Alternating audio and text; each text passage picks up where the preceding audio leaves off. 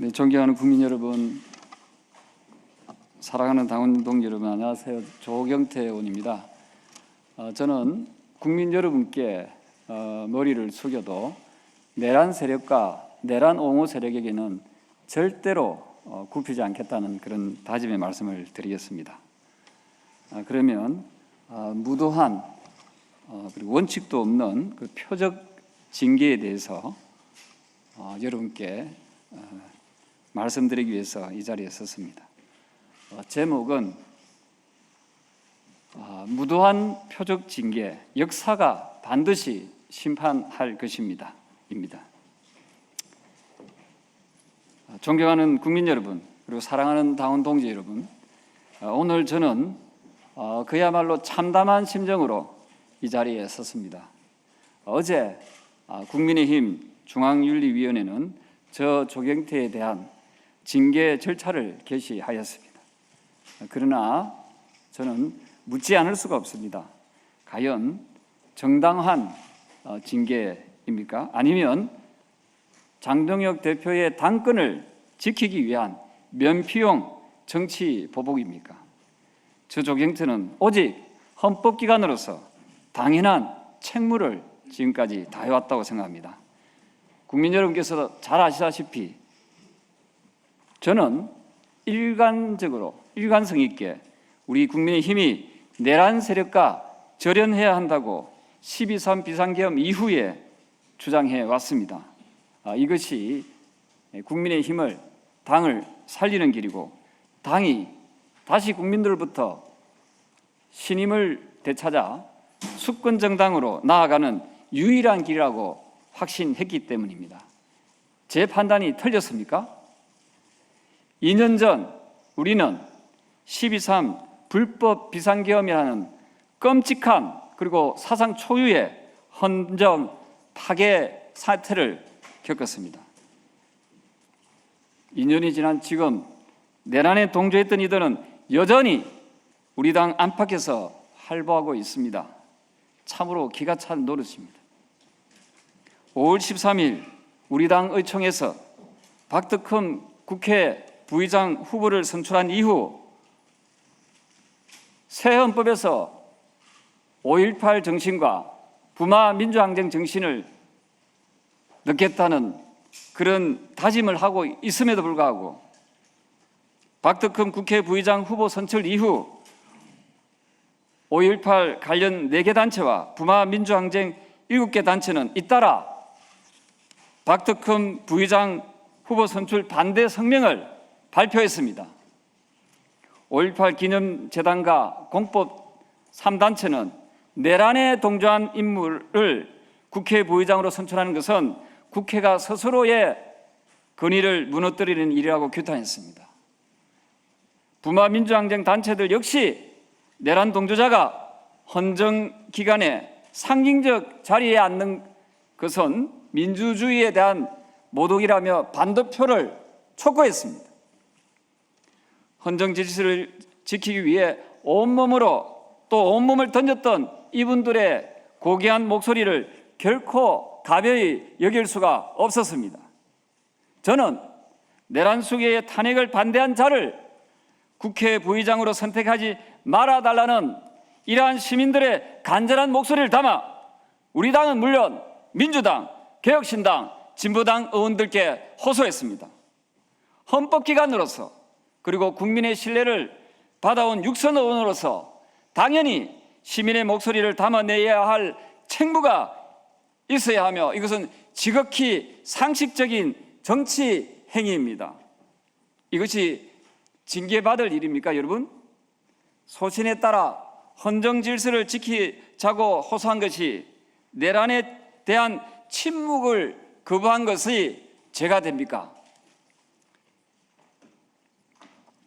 저는 이미 장동혁 대표에 대한 징계를 요구하였습니다.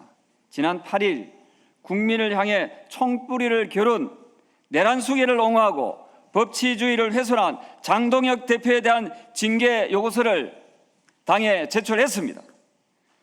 장 대표는 자신의 자리를 보존하기 위해 내란 옹호 세력에게는 눈을 감고 오히려 바른 목소리를 내는 동지들에게는 징계의 칼을 휘두르고 있습니다.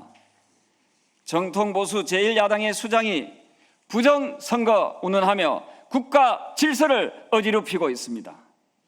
이것이야말로 당의 명예를 실추시키고 국민의 신뢰를 땅에 떨어뜨리는 명백한 해당 행위입니다.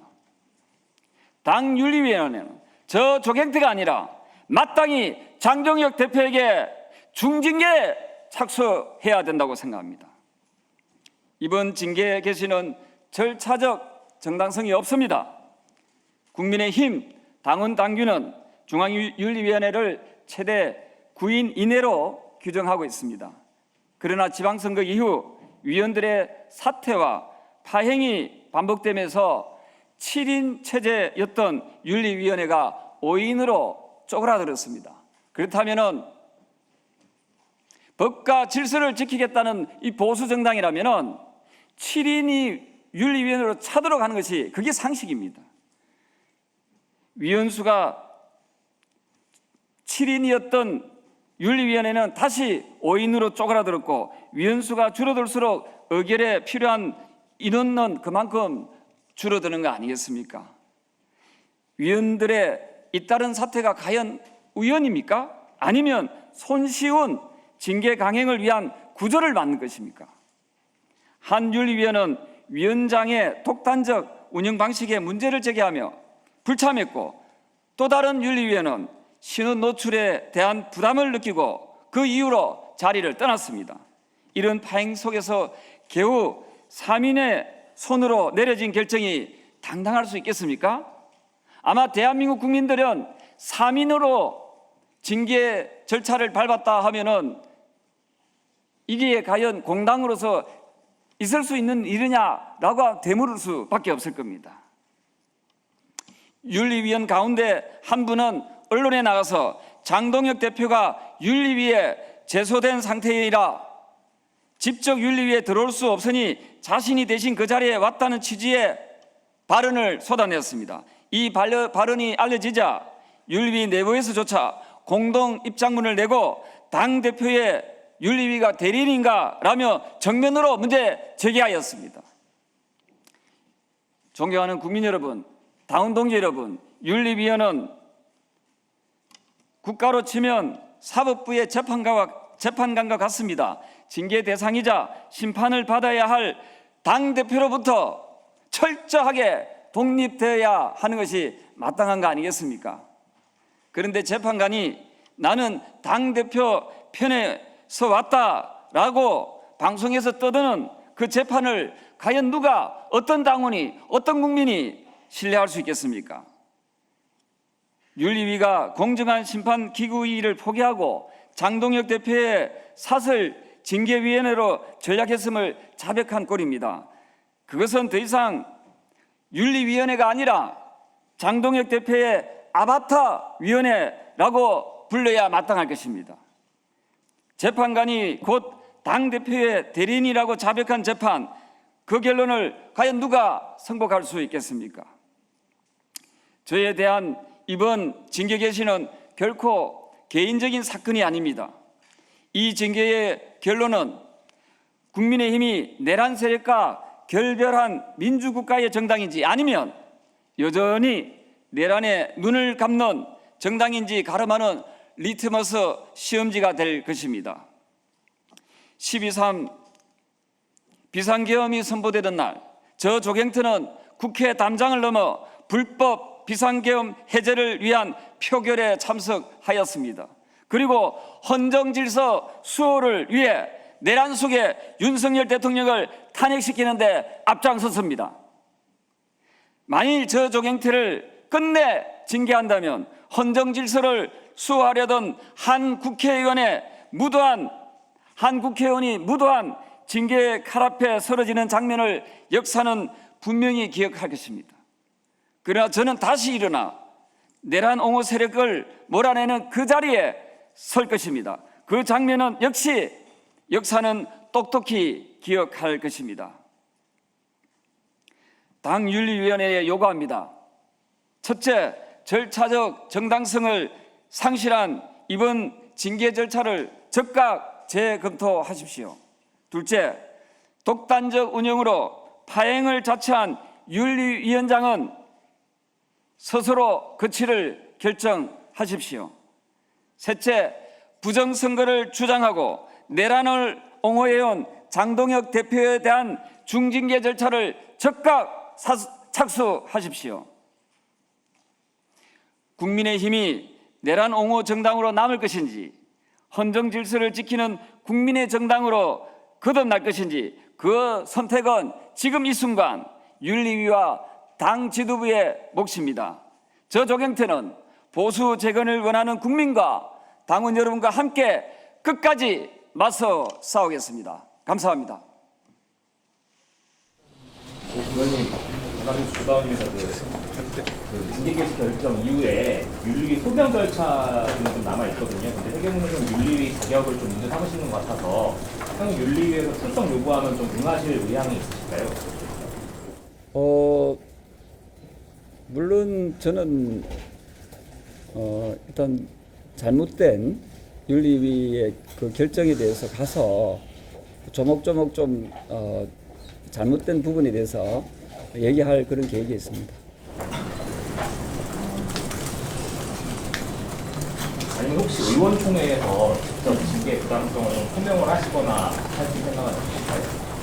글쎄 뭐 굳이 이게 거기서 결론 날 부분은 아닌 것 같고요. 제 생각에는 윤리위에 제가 출석을 해서 잘못된 부분에 대해서 바로잡는 게 조금 더 현실적이지 않을까 이 생각을 합니다.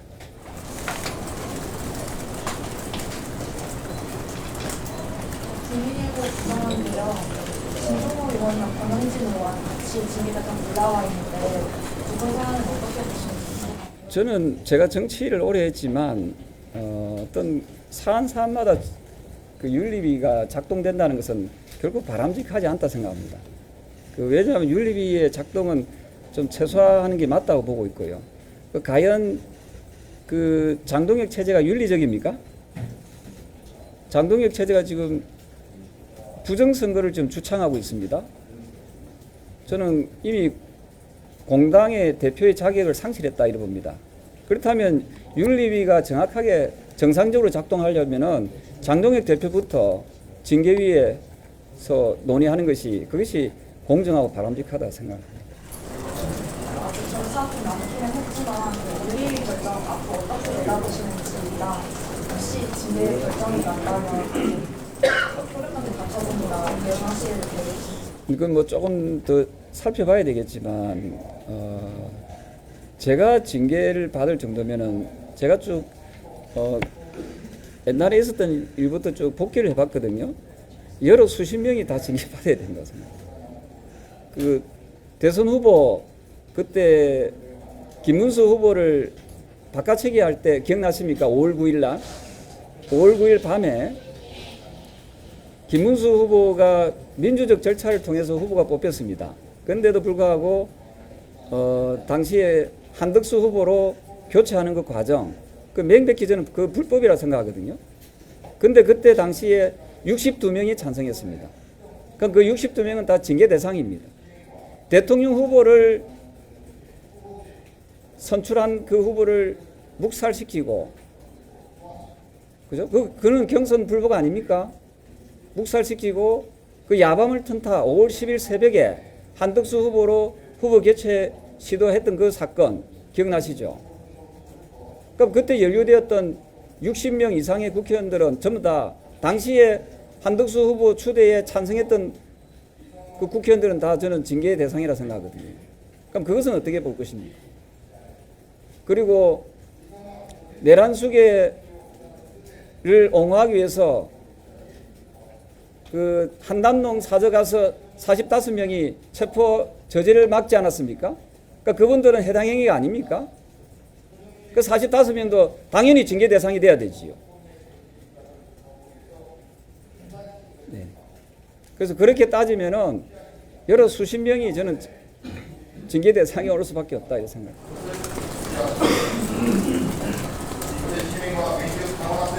오늘 의원님 사안은 아니지만 권영진 의원 징계 관련해서 원내대표도 사과는 있겠다고 했지만 하지만 선처 바란다고 하신다면서도 분리를 징계하는 절차대로 외워서 진행돼야 한다는 입장이시거든요. 지금 이제 장 대표에 대해서는 주로 말씀하셨는데 원내대표에 대해서는 이런 입장에 대해서 어떻게 말씀하시나요? 저는 제가 정치를 좀 오래 한 편인데요. 당의 상임위원장 선정은 되게 중요한 사안입니다. 원내대표는 그런 사안에 잡음이 없도록 하기 위해서 최선의 노력을 다해야 됩니다. 근데 이번에 정점식 원내대표는 그런 역할을 저는 책임을 방기했다 생각을 합니다. 그리고 찐눈이라고 하는 분들은 소위 말해서 인기 상임위에 거의 독차지하다시피 했다라고 이야기를 합니다. 그리고 어떤 분들은 2번, 3번 이렇게 반복해서 갔다는 것은 공정하지 못하지요. 원내대표가 공정하지 못한 상임위 배정에 대해서는 분명히 이것은 비난받아야 마땅하다 이렇게 보고 있습니다. 그리고 상임위 배정할 때는 항상 의원들한테 그 의사를 물어보는 것이 기본이고 상식이지 않습니까? 이것을 일방적인 통보식으로 한다는 것 자체가 저는 원내대표로서의 자격이 없다. 자질 부족이다 이렇게 생각을 합니다.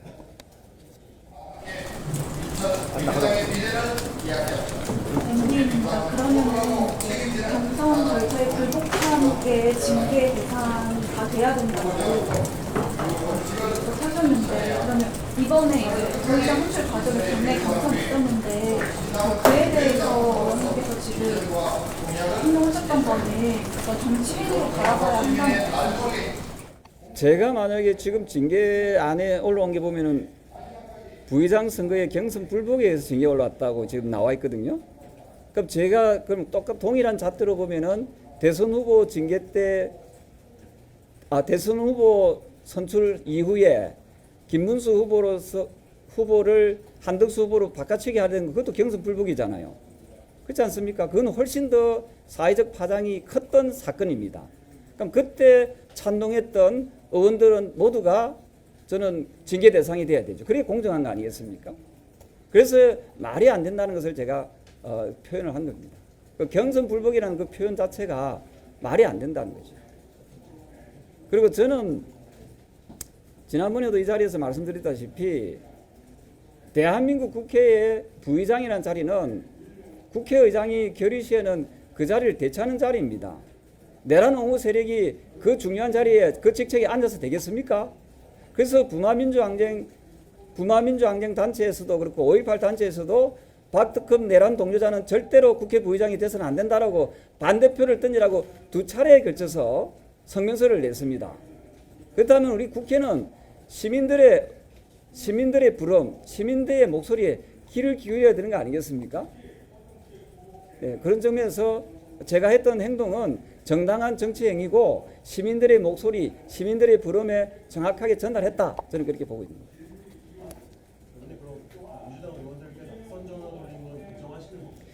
낙선 전화를 돌린 게 아니고 그 프린트 하나 주시죠. 그거 한번 쭉 읽어보세요. 제가 당시에 5월 29일 날 언론의 인터뷰 내용을 보시면은 국민의힘이 아직도 정신 못 차린 것 같다. 잘못된 선택에 대해서 국회 본회의에서 바로 잡아달라고 제가 요청한 인터뷰가 있습니다.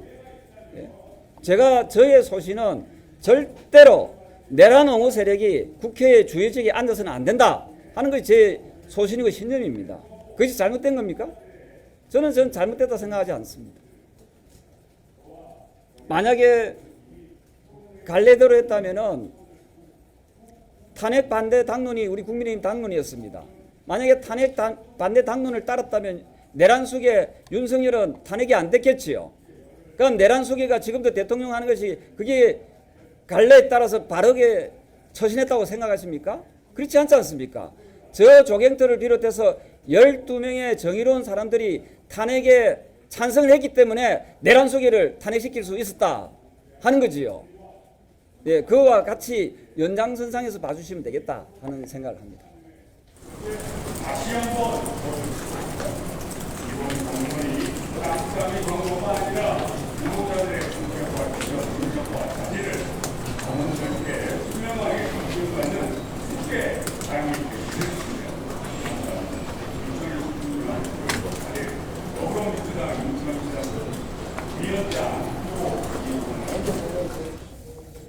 자, 오늘 더운데 많이들 나오셔서 감사하고요.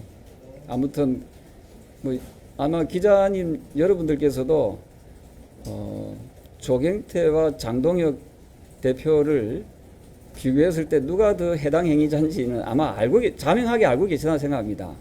이 대명천지에 부정선거를 부르짖고 주창하는 그런 정치인이 지금 국민의힘 공당의 당대표입니다, 여러분. 예, 누가 당에 해를 끼치고 있는지 하는 것은 우리 언론인 여러분들이 더 잘 알고 계실 거라고 생각을 하고요.